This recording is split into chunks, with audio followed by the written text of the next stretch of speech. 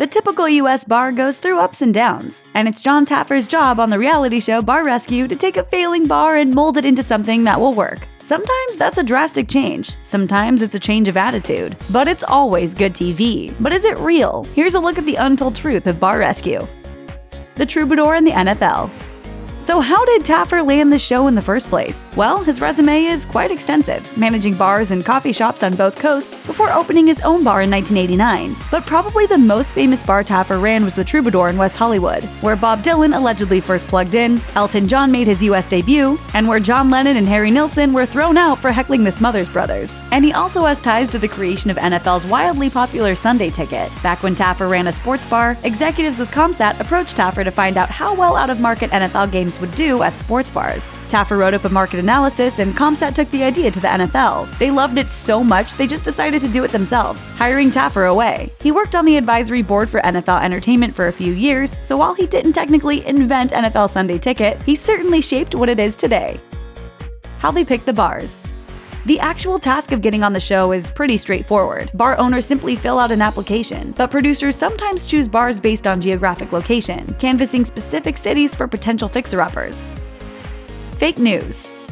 Despite his broad experience, plenty of people don't like Taffer, in part because he says stuff that's just flat out wrong, like when he claimed that tequila is inherently made from mezcal, which mescaline, the hallucinogenic drug, is made from. So tequila can have a hallucinogenic component. You might be talking to someone who's not there. One problem, that's totally not true, as tequila and mescaline come from different plants, something an expert on alcohol should probably know. There have been failures. Just because Taffer and his crew of expert mixologists enter your tavern, it doesn't mean that you're on easy street. In fact, through the first 3 seasons, about a quarter of the bars rescued were actually not rescued at all, and closed instead. Schaefer's Bar and Grill summed up the whole experience in a Facebook post writing, "We should have stuck to our gut when #BarRescue called us the first time. Our answer was no. They should be called #BarFuckups, because we could have done everything they did ourselves without drama and them telling us what to say. And that's a bar that's still in business." Pirates Tavern of Silver Springs, Maryland, didn't make it and also lashed out, blaming Taffer for the bar closing and going as far as calling the show fake. I think Jon Taffer's really stupid. We take it off the side and burn and drink. The best thing I do it in my life. Speaking of which, fake, fake, fake. Lots of people who have been on the show are happy to explain just how fake it is. Like Schaefer's Bar and Grill owner Ryan Burks, who said, "During my first interview, I was asked how much money we are losing each month. My exact words to the producer were, 'What would you like me to say?' Producer's response, 'For our story, you were losing $10,000 a month and losing your house and closing down next month,' all of which isn't true." And the folks from Pirates Tavern said just about the same thing. "It was basically coerced and staged to be an opening act for a re-rescue. I was told to bring in several changes of clothes to make it appear that filming covered several days. As usual, they brought in a bunch of extras to fill the house, and we were told what to say and with whom to speak." The shooting schedule is intense.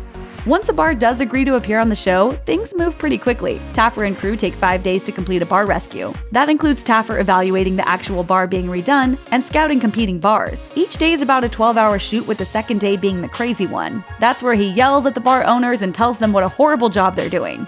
Get this! This place is dangerous, for Christ's sake! According to a Reddit post written by someone claiming to be a bar rescue producer, hidden cameras are placed before the full crew arrives, and the normal pre-production shooting takes place then as well. By day 5, the bar is back open with the remodel, and that's that. Shut it down is trademarked. Any TV show is only as good as its catchphrase. Taffer stumbled into one when he began shouting, "Shut it down" anytime a bar is in violation of a health code, or pretty much any other time he feels like it. Taffer wisely trademarked the phrase, making him the exclusive seller of Shut It Down merchandise. Controversy. In 2013, Taffer and the Bar Rescue crew went to Nashville to save the Pit and Barrel, run by a short-tempered man named Chris Farrell. After learning his lesson from the hosts, a graphic claimed Farrell had changed his ways and hadn't lost his temper with his staff. Before the episode aired, though, Farrell was arrested for fatally shooting country singer Wayne Mills during an argument at the bar. Spike TV announced they were going to pull the episode, but then ran it anyway, leading to widespread outrage. A jury eventually found Farrell guilty of second-degree murder. He received a 20-year sentence for the crime. Thanks for watching. Click the mashed icon to subscribe to our YouTube channel. Plus, check out all this cool stuff we know you'll love too.